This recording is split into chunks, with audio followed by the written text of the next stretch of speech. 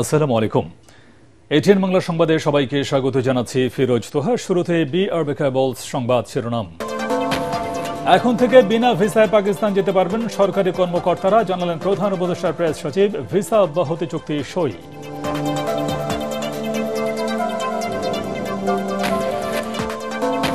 ফেব্রুয়ারির নির্বাচনে বিএনপির বিজয় ঠেকাতে কিছু রাজনৈতিক দল নতুন শর্ত দিয়ে পরিস্থিতি ঘোলাটে করার চেষ্টা করছে, অভিযোগ তারেক রহমানের।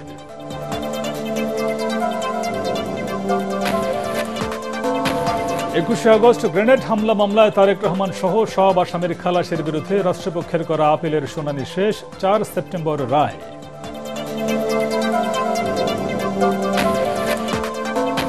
প্রধান নির্বাচন কমিশনারের সাথে জামায়াতে ইসলামী প্রতিনিধি দলের সাক্ষাৎ। পিআর পদ্ধতিতে নির্বাচনের দাবি, ভোটের মাঠে সমান সুযোগ চায় দলটি।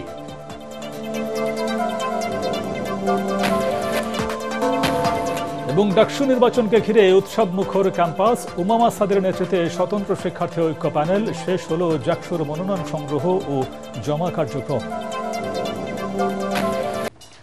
বৈষম্য বিরোধী ছাত্র জনতার গণ অভ্যুত্থানের দায়ের করা মামলার মধ্যে এ পর্যন্ত 26টির চার্জশিট দেওয়া হয়েছে। এর মধ্যে হত্যা মামলা 8টি এবং অন্যান্য ধারার মামলা রয়েছে 18টি। হত্যা মামলাগুলো শেরপুর, ফেনী, চাঁদপুর, কুমিল্লা, কুড়িগ্রাম এবং চট্টগ্রাম মেট্রোপলিটন পুলিশ এলাকায় দায়ের করা হয়। এসব মামলার মোট আসামি 1153 জন। অন্য 18টি মামলায় আসামির সংখ্যা 682 জন। এসব মামলা বগুড়া, চাঁপাইনবাবগঞ্জ, সিরাজগঞ্জ, পাবনা, জামালপুর এবং ঢাকা, বরিশাল ও রাজশাহী মেট্রোপলিটন পুলিশ ও পুলিশ ব্যুরো অব ইনভেস্টিগেশন দায়ের করে। Police headquarters media and PR জানিয়েছে, সব মামলার তদন্ত সঠিকভাবে তদারকি করা হচ্ছে এবং বাকি মামলাগুলোরও দ্রুত চার্জশিট দিয়ে বিচার কার্যক্রমের আওতায় আনা হবে।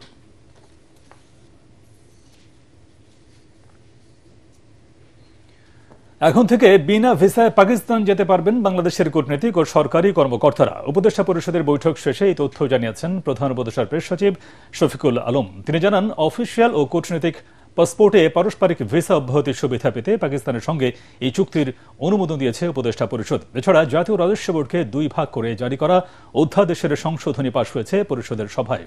খায়রুল ইসলামের রিপোর্ট।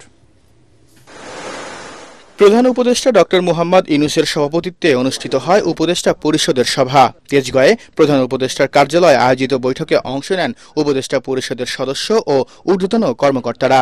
পরে ফরেন সার্ভিস একাডেমিতে সংবাদ সম্মেলনে বৈঠকের বিভিন্ন সিদ্ধান্তের কথা জানান প্রধান উপদেষ্টার প্রেস সচিব শফিকুল আলম।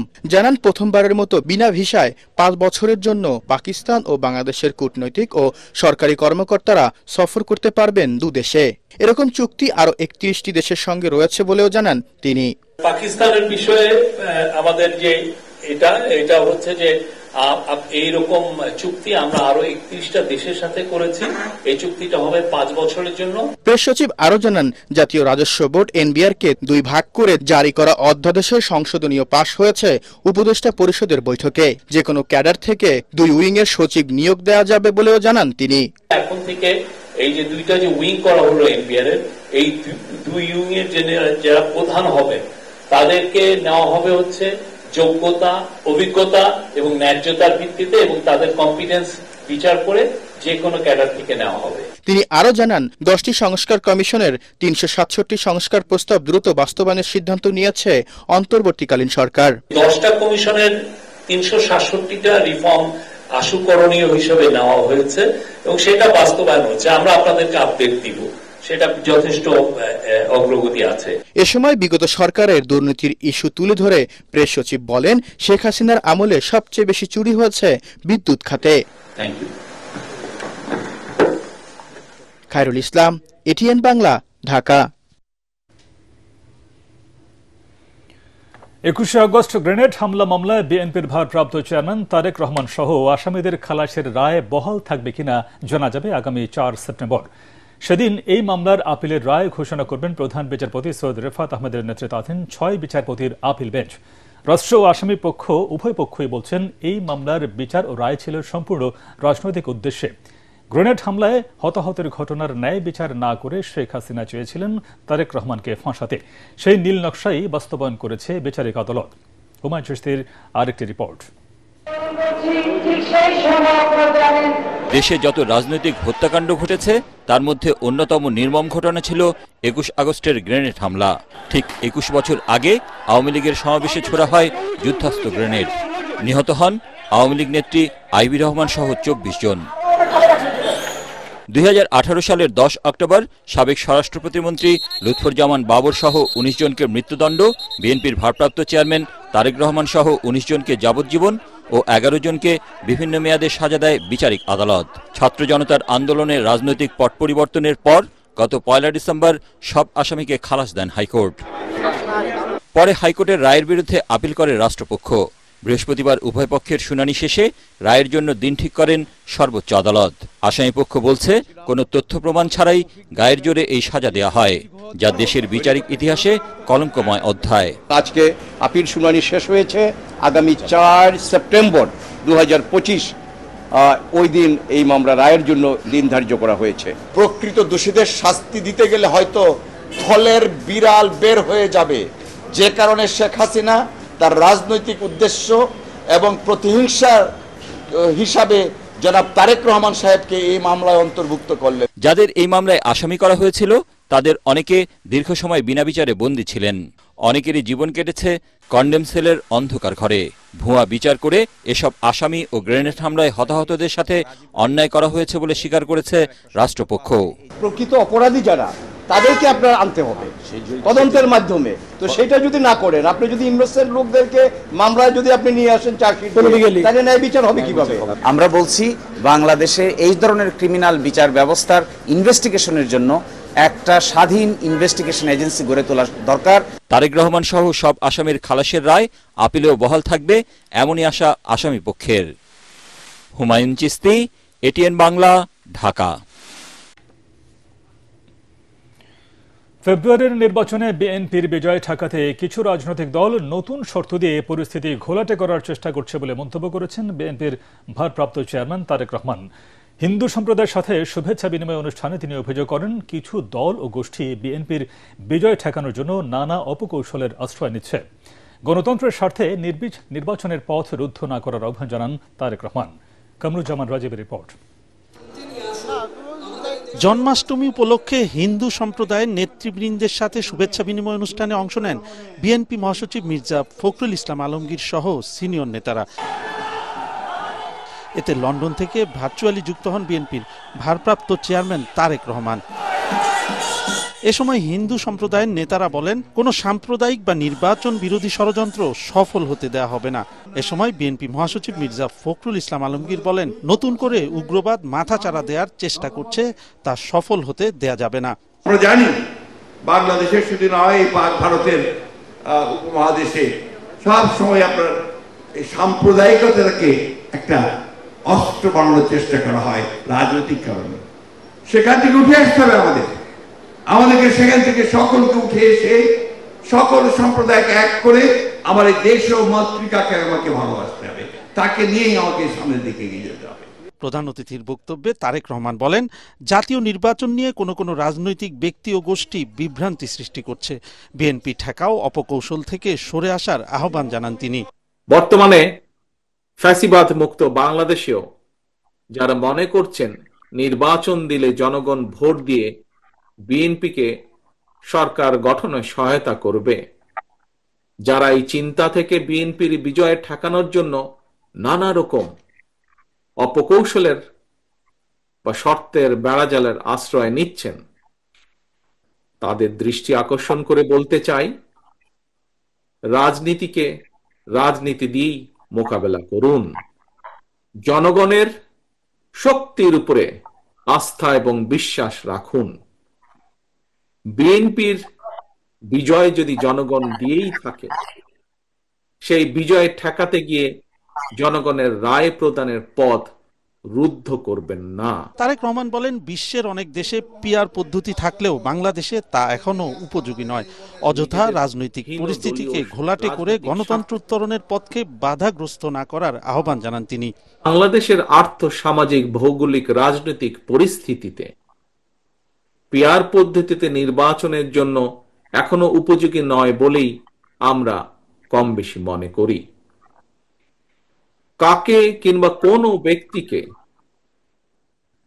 কাকে কিংবা কোন ব্যক্তিকে ভোট দিয়ে নিজেদের প্রতিনিধি হিসাবে নির্বাচিত করে সংসদে পাঠানো হচ্ছে, অবশ্যই জনগণের সেটি জানার অধিকার রয়েছে। যারা আসন্ন নির্বাচনকে সামনে রেখে পরিস্থিতি ঘোলেটে করার অপচেষ্টা করছেন, এর মাধ্যমে আপনারা হয়তো নিজেদের অজান্তেই গণতন্ত্রের উত্তরণের পথকে বাধাগ্রস্ত করে তুলছেন। একই সাথে পতিত, পরাজিত, পলাতক স্বৈরাচার পুনর্বাসনের পথও হয়তোবা সুগম হচ্ছে। ধর্মকে যাতে কেউ দলীয় স্বার্থে ব্যবহার করতে না পারে, হিন্দু সম্প্রদায়কে সে বিষয়ে সচেতন থাকার আহ্বান জানান তারেক রহমান। কামরুজ্জামান রাজীব, এটিএন বাংলা, ঢাকা। সুষ্ঠু নির্বাচনের স্বার্থে আগামী নির্বাচনে পিআর পদ্ধতিতে ভোট অনুষ্ঠানের দাবি জানিয়েছে জামায়াত ইসলামী বাংলাদেশের সহকারী সেক্রেটারি জেনারেল হামিদুর রহমান আজাদ। দুপুরে আগারগাঁওয়ে প্রধান নির্বাচন কমিশনার এএমএম নাসির উদ্দিনের সাথে সাক্ষাৎ শেষে একথা জানান তিনি। এ সময় সীমানা নির্ধারণ জটিলতা নিরসন ও নির্বাচনে সবার জন্য সমান সুযোগ সৃষ্টির দাবি জানান এই জামায়াত নেতা।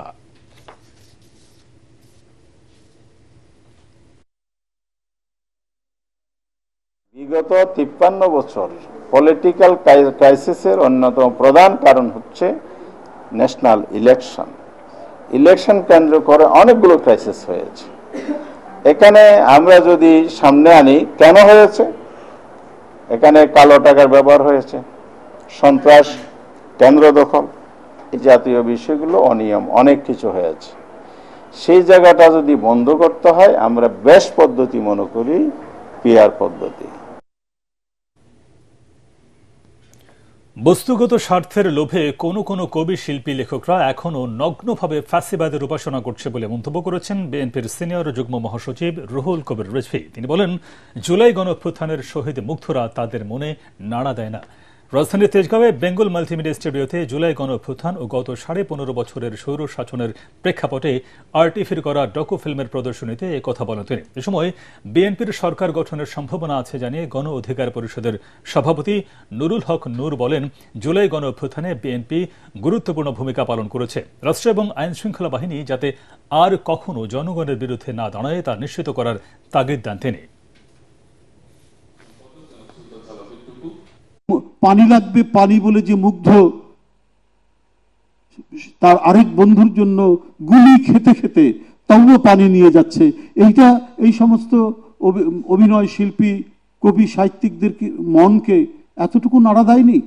এরা বোধহয় তাদের ওই অনুভূতির জায়গাটা বিসর্জন দিয়েছে। এদের অনেককেই রানওয়ের পাশে, যেটা একেবারেই বেআইনি, সেখানে তাদেরকে প্লট দেওয়া হয়েছে। অর্থাৎ বস্তুগত স্বার্থের লোভে এরা নগ্নভাবে ফ্যাসিবাদের উপাসনা করেছে। ডাকসু নির্বাচনকে কেন্দ্র করে উৎসব মুখর পরিবেশ বিরাজ করছে ক্যাম্পাসে। আনুষ্ঠানিক প্রচার প্রচারণা শুরু না হলেও জনসংযোগে ব্যস্ত সব প্রার্থী।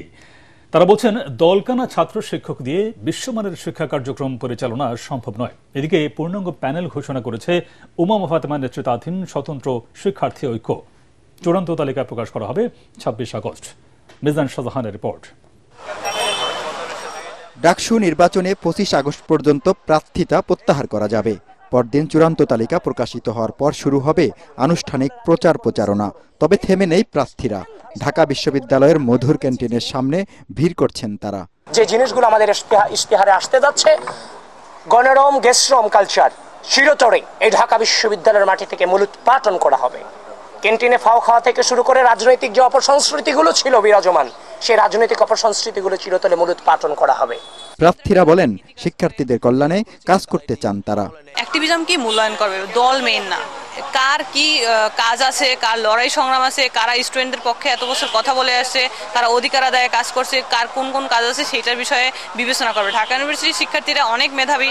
তারা একটা ভোট দেওয়ার আগে 100 বার চিন্তা করবে যে কারে দেওয়া উচিত, কারা আমাকে প্রতিনিধিত্ব করতে পারবে। আমি কোনো রাজনৈতিক এজেন্ডা বাস্তবায়ন করার জন্য আসিনি। আমি দাঁড়িয়েছি আমার ভাই এবং আমার মাতৃতুল্য বন্ধুদের অধিকার নিয়ে কথা বলার জন্য। বিশ্ববিদ্যালয়ের প্রশাসন অনাবাসিক শিক্ষার্থীদের ক্ষেত্রে অনেক বেশি অনীহা এবং তাদের দায়িত্ববোধের জায়গা থেকে তারা অনেক বেশি গাফিলতি আমি লক্ষ্য করেছি। আমি যদি নির্বাচিত হতে পারি আমি চেষ্টা করব যে এই জায়গাটা থেকে আমি যে বিষয়গুলো অসঙ্গতি দেখেছি সেগুলোকে ফাইন্ড আউট করে বিশ্ববিদ্যালয়ের যে শিক্ষার্থী রয়েছে অনাবাসিকে তাদের মাধ্যমে আমি এই সমস্যাগুলো সমাধান করার চেষ্টা করব। এদিকে অপরাজয় বাংলার পাদদেশে স্বতন্ত্র শিক্ষার্থী ঐক্য নামে প্যানেল ঘোষণা করেন বৈষম্য বিরোধী ছাত্র আন্দোলনের সাবেক মুখপাত্র উমামা ফাতেমা। জিএস পদে আছেন আলসাদি ভুইয়া আর এজিএস পদে জাহেদ আহমদ।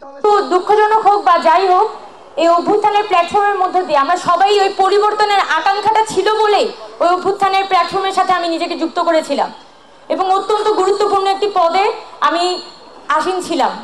এবং যখন আমি দেখেছি যে আসলে সম্ভব হচ্ছে না, 5 আগস্ট পরবর্তীতে যে পরিবর্তনের স্বপ্ন আমরা দেখছি সেটা নানানভাবে আসলে পকেটভুক্ত হচ্ছে, তখন আমি আসলে থাকতে পারিনি। আমি এই প্ল্যাটফর্ম থেকে বের হয়ে আসি। ছাত্র রাজনীতি নিয়ে পক্ষে বিপক্ষে নানা যুক্তি দেখালেও শিক্ষাঙ্গনে লেখাপড়ার সুষ্ঠু পরিবেশ ও মানসম্পন্ন শিক্ষা ব্যবস্থা গড়ে তোলার পক্ষে সব শিক্ষার্থীরা। তবে শিক্ষক রাজনীতির পক্ষে নন বেশিরভাগ শিক্ষার্থী। তারা বলছেন শিক্ষকরা সাদা, লাল, নীল, গোলাপি নানা দলে বিভক্ত হয়ে রাজনৈতিক দলের লেজুরভিত্তি করলে সম্মান ক্ষুণ্ণ হয়। মিজান শাহজাহান, এটিএন বাংলা, ঢাকা বিশ্ববিদ্যালয়। জাহাঙ্গীরনগর বিশ্ববিদ্যালয়ের কেন্দ্রীয় ছাত্র সংসদ জাকসু নির্বাচনে 273 জন এবং হল সংসদে 467 জন মনোনয়ন ফর্ম জমা দিয়েছেন। জাকসু নির্বাচনের সদস্য সচিব বিশ্ববিদ্যালয়ের প্রক্টর অধ্যাপক AKM রশিদুল আলম সংবাদ সম্মেলনে এসব তথ্য জানান। ক্যাম্পাসে বিপুল উৎসাহ উদ্দীপনার মধ্য দিয়ে শেষ হল জাকসুর মনোনয়নপত্র সংগ্রহ ও জমা দেওয়ার সময়সীমা। সভার প্রতিনিধিকে সাথে নিয়ে রিপোর্ট করছেন মনির হোসেন তপু। জাকসুর কেন্দ্রীয় নির্বাচনে 299 জন মনোনয়ন ফর্ম সংগ্রহ করলেও শেষ পর্যন্ত জমা দিয়েছেন 273 জন।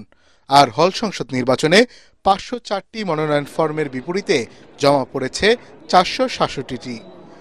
বৃহস্পতিবার দুপুর 2টা পর্যন্ত প্রার্থীরা মনোনয়নপত্র সংগ্রহ করতে পারেন। বিকেল 4টা পর্যন্ত তা জমা নেওয়া হয়। বহুল প্রতীক্ষিত এই নির্বাচনকে ঘিরে ক্যাম্পাস জুড়ে উৎসবের পরিবেশ। এদিকে ভোটার তালিকায় ছাত্রত্ব বাতিল, বহিষ্কৃত ছাত্রলীগ কর্মী ভর্তি বাতিল করে বিদেশ চলে গেছেন এমন শিক্ষার্থীর নাম থাকায় ক্ষোভ প্রকাশ করেছেন সাধারণ শিক্ষার্থীরা। তারা বলছেন ভোটার তালিকাতেই থাকা অসঙ্গতি নিয়ে নির্বাচন সুষ্ঠু ও নিরপেক্ষ হবে না। এ বিষয়ে জাকসু নির্বাচনের সদস্য সচিব বিশ্ববিদ্যালয়ের প্রক্টর অধ্যাপক AKM রশিদুল আলম বলেছেন 28 আগস্ট পর্যন্ত ভোটার তালিকা হালনাগাদের সুযোগ রয়েছে। কোনো প্রকার পেশি শক্তির বলয়মূল নির্বাচন আমরা দেখতে চাই। তারই পরিপ্রেক্ষিতে বিশ্ববিদ্যালয় কর্তৃপক্ষ দেশপ্রেমিক সেনাবাহিনীকে স্ট্রাইকিং ফোর্স হিসেবে নির্বাচনের পূর্বের দিন, নির্বাচনের দিন এবং নির্বাচনের পরের দিন সহযোগিতা করার জন্য অনুরোধ করেছে। নির্বাচনে আনুষ্ঠানিকভাবে ছাত্রদল ও ছাত্র শিবির প্যানেল ঘোষণা করেছে। এদিকে গণতন্ত্র ছাত্র সংসদ শিক্ষার্থী ঐক্য ফোরাম নামে প্যানেল ঘোষণা করে। বিপি পদে মনোনয়নপত্র জমা দিয়েছেন জাহাঙ্গীরনগর বিশ্ববিদ্যালয়ের ছাত্র শিবিরের অন্যতম সদস্য আরিফুল্লাহ আদিব। জিএস পদে মনোনয়নপত্র দাখিল করেছেন বাংলাদেশ ইসলামী ছাত্র শিবির জাহাঙ্গীরনগর বিশ্ববিদ্যালয় শাখার অফিস ও প্রচার সম্পাদক মাজহারুল ইসলাম। ছাত্রদলের প্যানেলে একই পদে একাধিক ফর্ম জমা দিলেও সময় মতো তা প্রত্যাহার করা হবে বলে জানান সংগঠনের নেতারা। 28 আগস্ট পর্যন্ত মনোনয়নপত্র প্রত্যাহারের সুযোগ থাকছে এবং প্রার্থীদের চূড়ান্ত তালিকা প্রকাশ করা হবে 29 আগস্ট। ঘোষিত তফসিল অনুযায়ী আগামী 11 সেপ্টেম্বর অনুষ্ঠিত হবে জাকসু নির্বাচন এবং হল সংসদ নির্বাচন। Bureau report, ATN Bangla. Coaching সেন্টারে আইডি কার্ড নিয়ে দ্বন্দ্বের ঘটনাকে কেন্দ্র করে ঢাকা কলেজ ও সিটি কলেজের শিক্ষার্থীদের মধ্যে সংঘর্ষের ঘটনা ঘটেছে। দুপুরে দুই পক্ষের সংঘর্ষে মিরপুর রোড, নিউ মার্কেট এলাকা রণক্ষেত্রে পরিণত হয়। সংঘর্ষে দুই প্রতিষ্ঠানের বেশ কয়েকজন শিক্ষার্থী আহত হন। পরে পুলিশ এসে পরিস্থিতি নিয়ন্ত্রণে আনে। চলতি বছরে দুই কলেজের শিক্ষার্থীদের মধ্যে এ নিয়ে চতুর্থবারের মতো সংঘর্ষের ঘটনা ঘটল। আমরা এটা পার্মানেন্ট একটা সলিউশন চাই যে দুই পক্ষে এই যে মাঝে মাঝে যে অবস্থা, তারা দুই পক্ষে দুইটাই কলেজ এবং দুইটাই হচ্ছে সুনামধন্য কলেজ। এই কলেজের স্টুডেন্টরা যেন নিজেদের মধ্যে মারামারি বা কোনো একটা ঘটনায় বড় ধরনের অঘটন যেন না হয়, এই ব্যবস্থাটা আমরা চেষ্টা করতেছি, আমরা নেব। জাতীয় ঐকমত্য কমিশনের সহ-সভাপতি অধ্যাপক আলী রিয়াজের সঙ্গে বাংলাদেশে নিযুক্ত ইউরোপীয় ইউনিয়নের রাষ্ট্রদূত মাইকেল মিলারের বৈঠক অনুষ্ঠিত হয়েছে। রাজধানীর সংসদ ভবন এলাকায় অবস্থিত ঐকমত্য কমিশনের কার্যালয়ে এই বৈঠক অনুষ্ঠিত হয়। বৈঠকে কমিশনের কর্মকাণ্ড, লক্ষ্য এবং অর্জন নিয়ে বিস্তারিত আলোচনা হয়। অধ্যাপক আলী রিয়াজ কমিশনের উদ্যোগে রাজনৈতিক দলগুলোর সঙ্গে অনুষ্ঠিত সংলাপ, জাতীয় ঐকমত্য প্রতিষ্ঠার প্রচেষ্টা এবং জুলাই মাসে ঘোষিত জাতীয় সনদের বাস্তবায়ন অগ্রগতি সম্পর্কে রাষ্ট্রদূতকে অবহিত করেন। রাষ্ট্রদূত মাইকেল মিলার কমিশনের কর্মকাণ্ডের প্রশংসা করেন এবং চলমান প্রচেষ্টা সফলভাবে সম্পন্ন হবে বলে আশাবাদ ব্যক্ত করেন।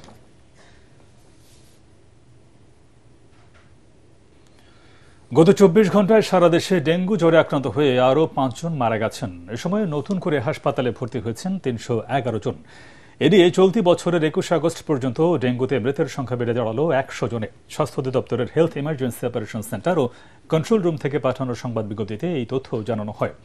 ডেঙ্গু ও চিকুনগুনিয়া সহ মশাবাহিত বিভিন্ন ভয়াবহ রোগের প্রাদুর্ভাব বেড়েই চলেছে। নিজেকে এবং পরিবারের সবাইকে মশা থেকে সম্পূর্ণ সুরক্ষিত রাখতে ঘরে ব্যবহার করুন এক্সপেল ন্যাচারাল অ্যারোসল, আর ঘরের বাইরে সাথে রাখুন expel natural mosquito repellent spray, যা সরাসরি ত্বকে ব্যবহার করা যায়।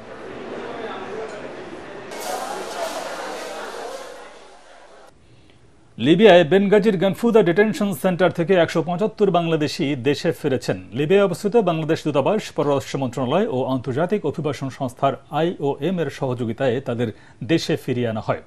সকাল 6টায় বুরাক এয়ারের একটি ফ্লাইটে ঢাকার হযরত শাহজালাল আন্তর্জাতিক বিমানবন্দরে পৌঁছান তারা। ফেরত আসা বাংলাদেশিদের অধিকাংশই মানব পাচারকারীদের প্ররোচনায় সমুদ্রপথে অবৈধভাবে ইউরোপে যাওয়ার চেষ্টা করে লিবিয়ায় প্রবেশ করেছিলেন।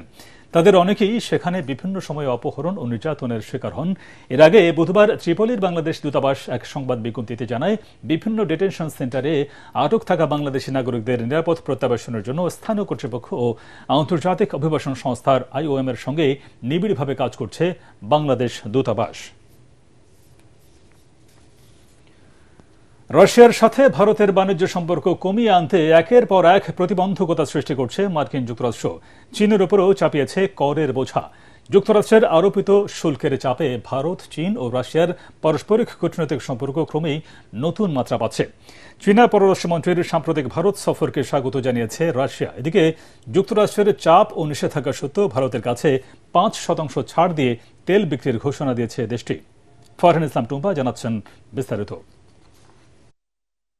ডোনাল্ড ট্রাম্পের অপ্রত্যাশিত শুল্ক নীতি ও পররাষ্ট্রনীতির প্রেক্ষাপটে সৃষ্ট বাণিজ্যিক উত্তেজনার জেরে ভারত, চীন ও রাশিয়ার মধ্যকার কূটনৈতিক সম্পর্ক এক নতুন সমীকরণের দিকে এগুচ্ছে।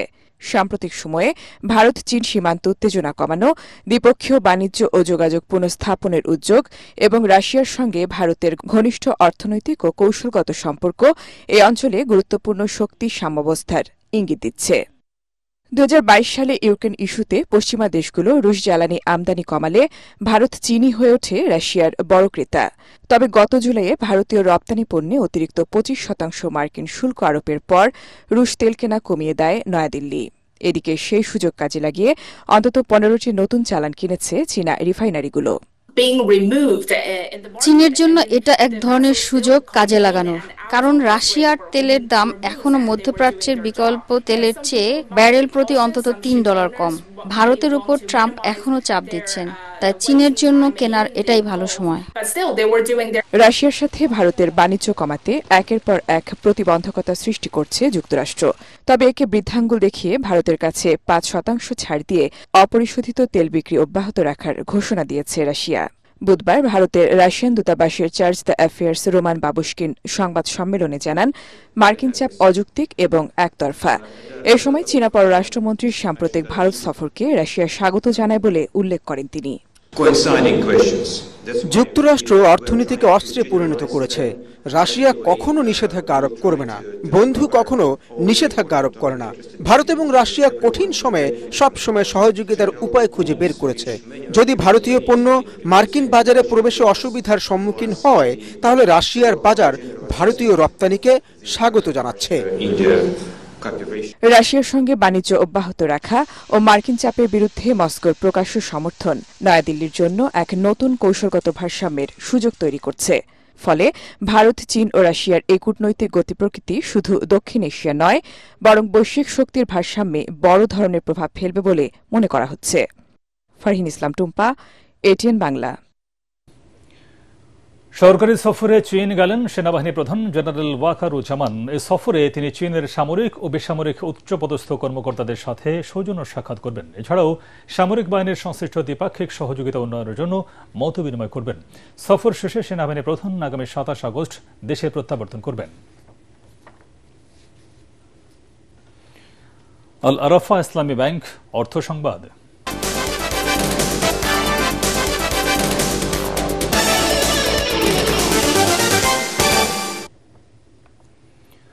পরিবেশ বান্ধব কারখানার স্বীকৃতি হিসেবে লিড প্লাটিনাম সনদ অর্জন করল ওয়ালটনের mould and die factory complex. টেকসই উন্নয়ন, বিদ্যুৎ, জ্বালানি ও পানির সাশ্রয়ী ব্যবহার এবং পরিবেশ বান্ধব অবস্থানের কারণে এই সনদ দিয়েছে যুক্তরাষ্ট্রের US green building council USGBC।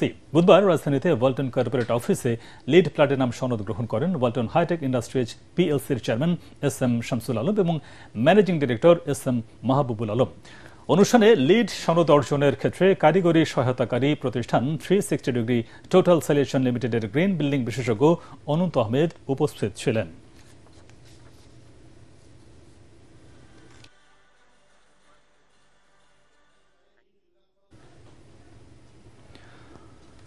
কচুরিপানা, ফেলে দেয়া পাটের আঁশ, ছন আর হোগলা পাতা এসব অপ্রয়োজনীয় উপাদান দিয়েই ফরিদপুরের সাবেকুন নাহার মিতু বানাচ্ছেন দৃষ্টিনন্দন পরিবেশ বান্ধব পণ্য। বর্তমানে তার তৈরি ব্যাগ, ঝুড়ি, টিস্যু বক্স, ফুলের টব, টুপি সহ প্রায় 50 ধরনের পণ্য যাচ্ছে দেশের গণ্ডি পেরিয়ে বিদেশে। প্রতি মাসে সব খরচ বাদ দিয়েই আয় হচ্ছে 5 লাখ টাকা। ফরিদপুর প্রতিনিধি কামরুজ্জামান সোহেলের রিপোর্ট, জানাচ্ছেন মিজান শাহজাহান। ফরিদপুর শহর থেকে 30 কিলোমিটার দূরে মধুখালী উপজেলার শ্রীপুর গ্রামের সাবিকুন নাহার মিতু পড়াশোনা শেষে বেশ কিছুদিন ছিলেন বেকার।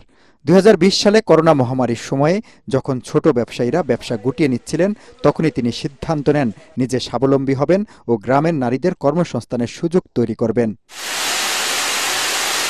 নিজের সঞ্চয় আর স্বর্ণালঙ্কার বিক্রি করে 5 লাখ টাকা পুঁজিতে কেনেন 12টি মেশিন। শুরু করেন মাত্র 15 জন নারী শ্রমিক নিয়ে।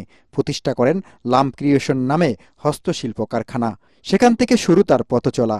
এখন 2টি সংস্থার মাধ্যমে বিদেশেও রপ্তানি হচ্ছে তার তৈরি পণ্য। খুব শিগগিরই নিজস্ব উদ্যোগে বিদেশে সরাসরি পণ্য পাঠানোর পরিকল্পনাও রয়েছে তার। প্রথম যখন আমি মালটা দেই তখন আমার 30,000-এর মতো আমার বিক্রি হয়। তো ওইটাই ছিল আমার একমাত্র পুঁজি এবং ওখান থেকে আমি আমার কর্মীদের বেতন, তারপর মেশিনের পাসপত্র এগুলো করে আস্তে আস্তে এটাকে বৃদ্ধি করি। আমার এই পণ্যগুলো আমরা সাপ্লায়ার হিসেবে কাজ করছি, আমরা সরাসরি এখনও বায়ার পাইনি। আমরা বেডি ক্রিয়েশন এবং গোল্ডেন জুট, ঢাকার আরও একটা কোম্পানি, এইসব কোম্পানিতে সাপ্লায়ার হিসেবে কাজ করছি। মিতুর সফলতার গল্প বদলে দিয়েছে এলাকার চিত্র। বর্তমানে তার কারখানায় কাজ করছেন 2 শতাধিক নারী পুরুষ। এছাড়া চুক্তিভিত্তিক আরও 3 শতাধিক নারী কাজ করছেন বিভিন্ন গ্রামে। ফলে স্বাবলম্বী হয়েছেন 5 শতাধিক মানুষ। 4,000 থেকে এখন আমার 6,000 টাকা বেতন। আমি সুন্দরভাবে আলহামদুলিল্লাহ আমি সংসারটা চলতেছে। অনেক আমার আগের চেয়ে উন্নতি হয়েছে। জায়গায় কাছে ঢুকে ছেলে মেয়ে পড়ালেখা সব আমি করতেছি। সংসারেতে কারোর কাছ থেকে টাকা নেওয়া লাগে না, আমার নিজের চলার মতো আমার এই বেতন দিয়ে আমার চলাটা আমি চলতে পারি। এলাকাবাসীর প্রত্যাশা, সরকারি প্রশিক্ষণ ও সহায়তা পেলে মিতুর মতো আরও অনেক নারী উদ্যোক্তা হতে আগ্রহী উঠবে। অদম্য ইচ্ছাশক্তি আর পরিশ্রমে ফরিদপুরের এই নারী উদ্যোক্তা হয়ে উঠেছেন অনেকের অনুপ্রেরণা। Bureau report, ATN Bangla. এবারে খেলার খবর।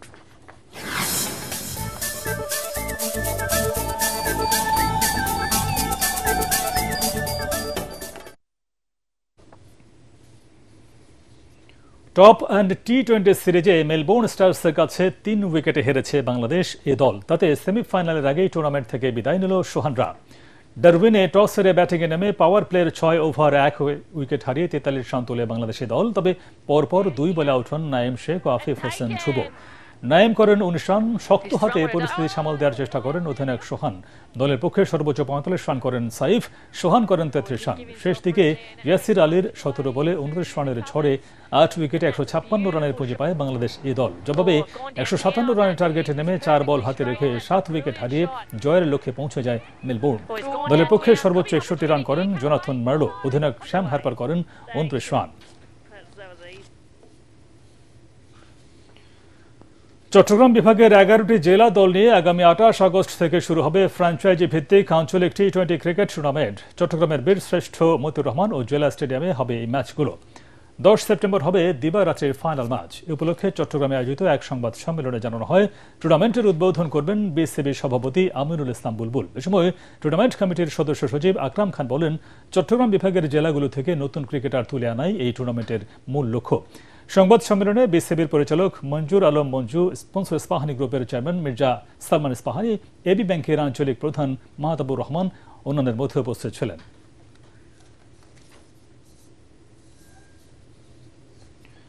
35টি ক্রীড়া সংস্থার 402 জন অ্যাথলেটের অংশগ্রহণে শুক্রবার থেকে ঢাকা জাতীয় স্টেডিয়ামে শুরু হবে 17তম জাতীয় সামার অ্যাথলেটিক্স প্রতিযোগিতা। দুপুরে জাতীয় স্টেডিয়ামে আয়োজিত সংবাদ সম্মেলনে জানানো হয়, অ্যাথলেটিক্সে জাতীয় ক্রীড়া পুরস্কার প্রাপ্ত 46 জনকে সম্মাননা দেওয়া হবে। 3 দিনের এই প্রতিযোগিতায় পুরুষ মহিলা বিভাগে 2টি গ্রুপে 40টি ইভেন্ট অনুষ্ঠিত হবে। এর মধ্যে পুরুষদের 22টি ও মহিলাদের 18টি ইভেন্ট। ম্যারাথন ইভেন্ট হবে শুক্রবার ভোরে পূর্বাচলের 300 ফিট রোডে। জ্যাভলিন থ্রো ছাড়া অন্য সকল থ্রো ইভেন্ট হবে বাংলাদেশ আর্মি স্টেডিয়ামে। সংবাদ সম্মেলনে উপস্থিত ছিলেন অ্যাথলেটিক্স ফেডারেশনের সহসভাপতি ইকবাল হোসেন এবং সাধারণ সম্পাদক শাহ আলম সহ অন্যান্যরা। একটি ঘোষণা, এটিএন বাংলার নাম ব্যবহার করে সাংবাদিক পরিচয়ে কতিপয় ব্যক্তির বিরুদ্ধে সংবাদ সংগ্রহের নামে দেশের বিভিন্ন স্থানে চাঁদাবাজির অভিযোগ পাওয়া গেছে। এ ধরনের চাঁদাবাজ ও ভুয়া নাম ব্যবহারকারীদের নিকটস্থ থানায় সোপর্দ করার জন্য অনুরোধ জানাচ্ছে এটিএন বাংলা কর্তৃপক্ষ। এছাড়াও প্রতিষ্ঠানটিতে সাংবাদিক ও জনবল নিয়োগের ভুয়া বিজ্ঞাপন দিয়ে একটি চক্র প্রতারণা করছে। বর্তমানে এটিএন বাংলায় কোনো ধরনের নিয়োগ প্রক্রিয়া চলছে না। নিয়োগ নিয়ে কারোর সাথে আর্থিক লেনদেন না করার অনুরোধ জানাচ্ছে এটিএন বাংলা কর্তৃপক্ষ। শেষ করার আগে বিআরবি কেবলস সংবাদ শিরোনাম আরেকবার। এখন থেকে বিনা ভিসায় পাকিস্তান যেতে পারবেন সরকারি কর্মকর্তারা, জানালেন প্রধান উপদেষ্টার প্রেস সচিব। ভিসা অব্যাহতি চুক্তি সই।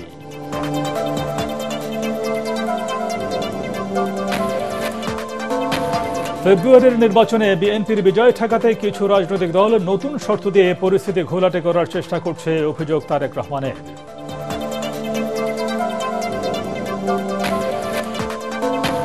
একুশে আগস্ট গ্রেনেড হামলা মামলায় তারেক রহমান সহ সব আসামির খালাসের বিরুদ্ধে রাষ্ট্রপক্ষের করা আপিলের শুনানি শেষ। 4 সেপ্টেম্বর রায়।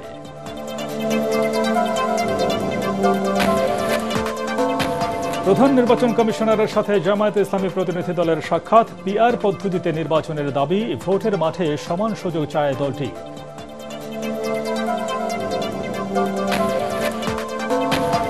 এবং ডাকসু নির্বাচনকে ঘিরে উৎসব মুখর ক্যাম্পাস। উমামা সাদের নেতৃত্বে স্বতন্ত্র শিক্ষার্থী ঐক্য প্যানেল। শেষ হল জাকসুর মনোনয়ন সংগ্রহ ও জমা কার্যক্রম।